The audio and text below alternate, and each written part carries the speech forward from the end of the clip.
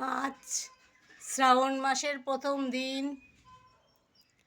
ফুল দিয়েই শিব পুজো করে নিলাম।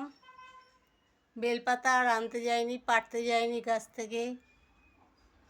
বেলপাতা গাছ আছে অবশ্য, আমার বাড়িতে নেই, আমার সামনের বাড়িতে।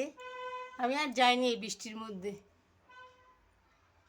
এই যে সবার পায়ে একটু করে টগর ফুল দিলাম।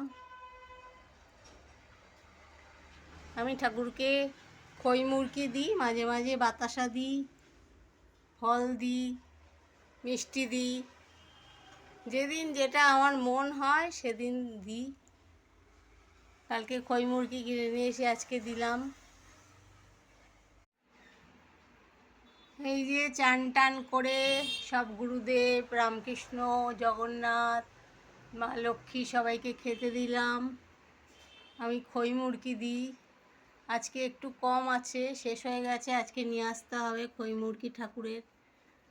সকালে আমি উঠে এই গুরুদেবের ইষ্টবৃত্তি করি, প্রণাম করি, আর চান টান করে খেতে দিই। শিব ঠাকুর, আমার শিব ঠাকুর মেলা থেকে কিনেছিলাম, চণ্ডী মেলা থেকে। ঘি মাখিয়ে মাখিয়ে সাদা হয়ে গেছে। এই যে শ্রাবণ মাসে সবুজ নেল পালিশ, সবুজ চুড়ি, সবুজ টিপ সব বিক্রি হচ্ছে। সবুজ মেহেন্দিটাও আছে। আমি টিপ আর চুড়ি নিয়ে নিলাম, বললো শেষ হয়ে যাবে ওই শ্রাবণ মাসের 18 তারিখ শুক্রবার দিন করে নেব। এই যে সবুজ মেহেন্দিও আছে।